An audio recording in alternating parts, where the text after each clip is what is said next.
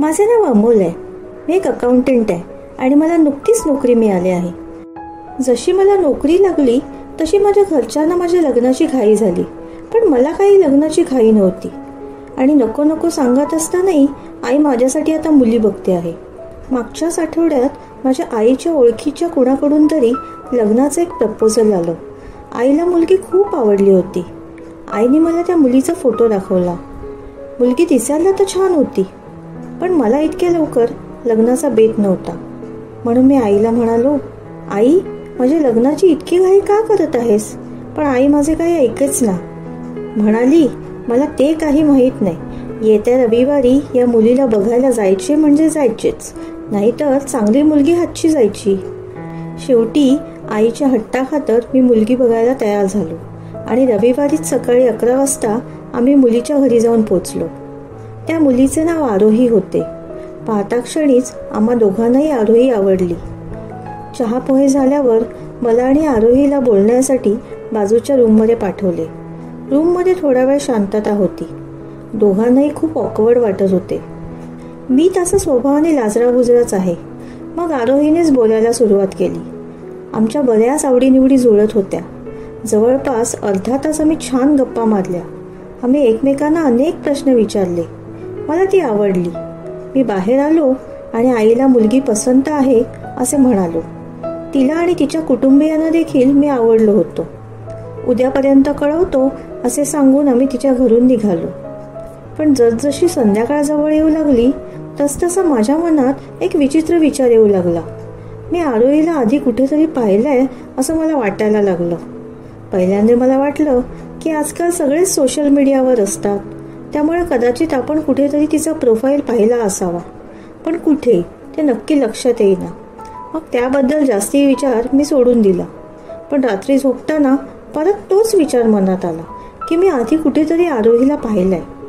मी सकाळी तिच्याबरोबर बोलताना तिचा मोबाईल नंबर घेतला होता. मी तिला रात्रीच फोन केला. आधी थोडं बोललो, मग तिला विचारलं की ती दिल्लीत शिकली आहे का, कारण मी माझे पोस्ट ग्रॅज्युएशन दिल्लीतून केले आहे. मला वाटलं की मी तिला कदाचित दिल्लीत पाहिले असावे, पण तिने नकार दिला आणि म्हणाली, नाही, माझे सारे शिक्षण इथे मुंबईतच झाले आहे आणि मी कधी दिल्लीला गेले पण नाही. माझा थोडासा भ्रमनिरास झाला. हा एक छोटासा मुद्दा होता, पण मला आता तो त्रास देत होता. मी तिला कुठेतरी पाहिल्याचं मला ठामपणे वाटत होतं, पण काहीच आठवत नव्हतं की कुठे. मग तो विचार मी मनातून झटकून टाकला. दुसऱ्या दिवशी आमच्या घरात चर्चा करून आम्ही आरोहीच्या घरी होकार कळवला. तिच्याही घरून होकार आला. अगोदर जरी माझी लग्न करायला ना असली तरी आता लग्न ठरले म्हणून मी खुश होतो. लग्न ठरल्यानंतर आम्ही बऱ्याच वेळा भेटलो, पण जेव्हा जेव्हा मी आरोहीला भेटायचो तेव्हा तेव्हा मला असे वाटायचं की मी तिला याआधी कुठेतरी नक्कीच पाहिलं आहे. मी आरोहीला अनेक वेळा आडून याबद्दल प्रश्न विचारले. तिला विचारले की माझ्या आधी तिचा कोणी बॉयफ्रेंड होता का. यावर तिने मला सांगितलं की तिला मित्र बरेच आहेत, पण बॉयफ्रेंड कधीच नव्हता. आरोही दिसायला सुंदर होती. आता मला वाटू लागले होते की ती माझ्याशी खोटे बोलत आहे. मी पण आता पछाडल्यासारखं झालो होतो. मी तिला कुठेतरी पाहिलंय, पण कुठे, याशिवाय माझ्या मनात दुसरे काहीच येईना. मग मी माझ्या सर्व मित्रांना आरोहीचा फोटो दाखवला आणि त्यांना सांगितले की या मुलीशी मी लग्न करणार आहे. सगळ्यांनी मला कॉंग्रॅच्युलेट केलं, पण कोणी काही बोलले नाही. मी विचार करत होतो की कदाचित माझ्याप्रमाणे आरोहीला अजून कोणी पाहिले असेल, पण कोणीच तिला अगोदर ओळखत नव्हतं. मी जरासा निराश झालो. मात्र या प्रश्नाने आता मला भंडावून सोडले होते. आता काही झाले तरी या प्रकरणाचा सोक्षमोक्ष लावायचा होता.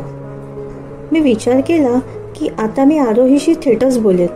मी तिला संध्याकाळी भेटायला बोलावले. तिला भेटल्यावर म्हणालो, मी तुला आधी कुठेतरी पाहिलं आहे आरोही. माझी स्मरणशक्ती फारशी चांगली नाही, पण ही गोष्ट मला खटकते की मी तुला कुठे पाहिलंय.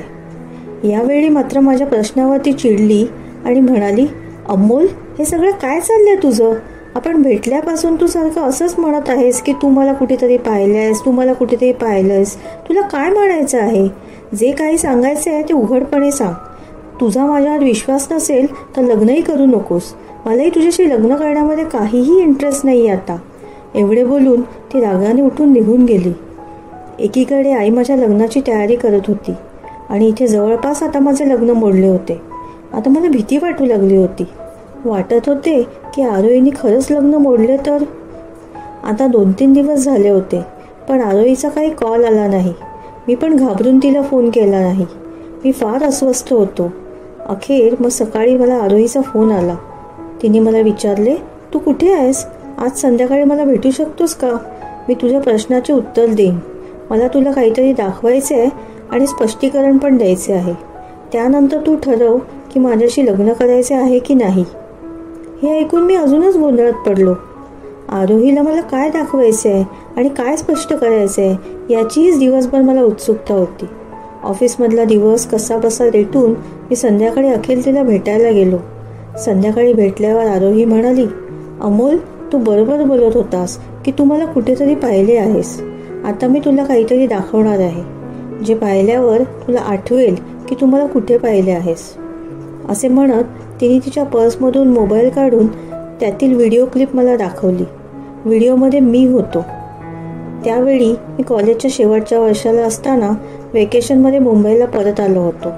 एका रेस्टॉरंटमध्ये मी माझ्या मित्राला भेटायला आलो होतो. मित्राला यायला अजून वेळ होता, म्हणून मी कॉफी पीत पीत माझा मोबाईल बघत बसलो होतो. अचानक 3-4 मुली माझ्या टेबलाजवळ आल्या. त्यातील एक मुलगी मला सांगायला लागली की मी तिचा व्हिडिओ काढतोय. मी नकार दिला. मी म्हणालो, मी तर माझे मेसेजेस बघतो आहे. तुमचा काहीतरी गैरसमज झाला आहे. मी माझा मोबाईल देखील त्या मुलीला दाखवला, पण ती मुलगी ऐकायलाच तयार नव्हती. दुसऱ्या मुली पण येऊन आता तिच्यासोबत माझ्याशी भांडू लागल्या. आता रेस्टॉरंटचे कर्मचारी देखील त्या मुलीची बाजू घेऊन मला बोलू लागले.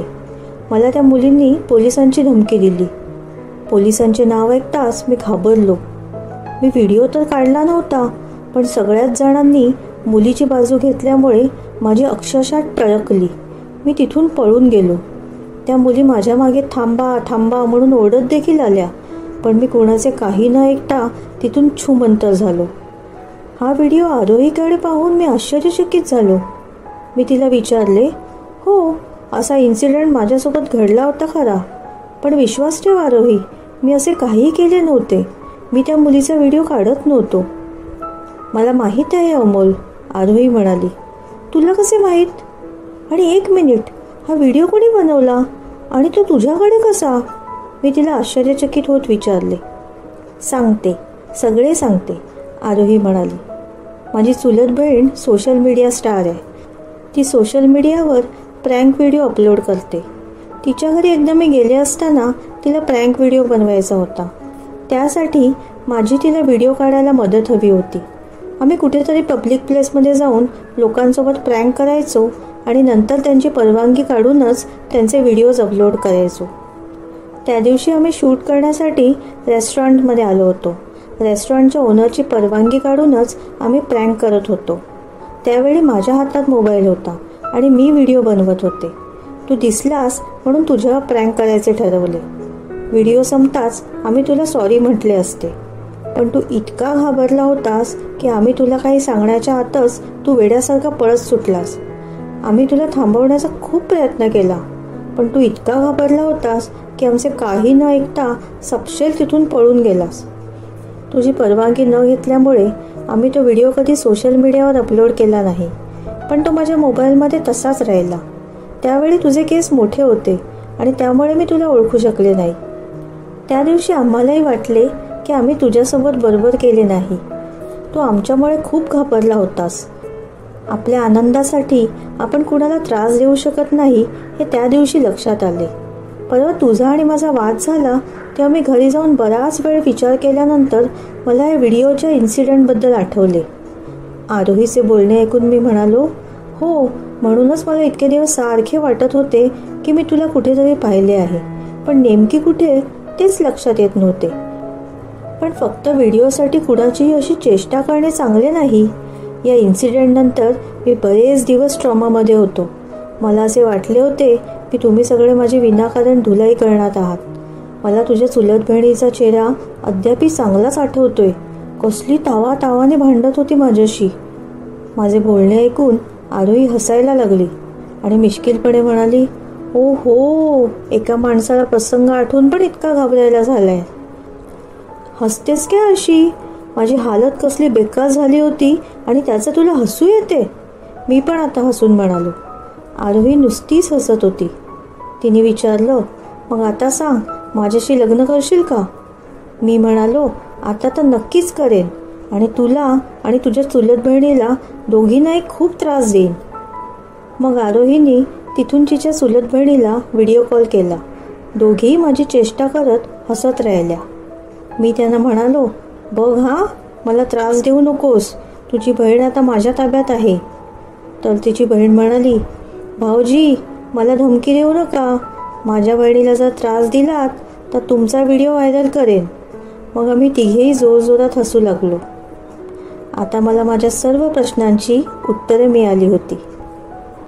मित्रमैत्रिणींनो, तुम्हाला ही आजची कथा कशी वाटली? कथा आवडली असेल तर कथेला लाईक, शेअर, कमेंट आणि आपल्या चॅनलला सबस्क्राईब करायला विसरू नका. धन्यवाद.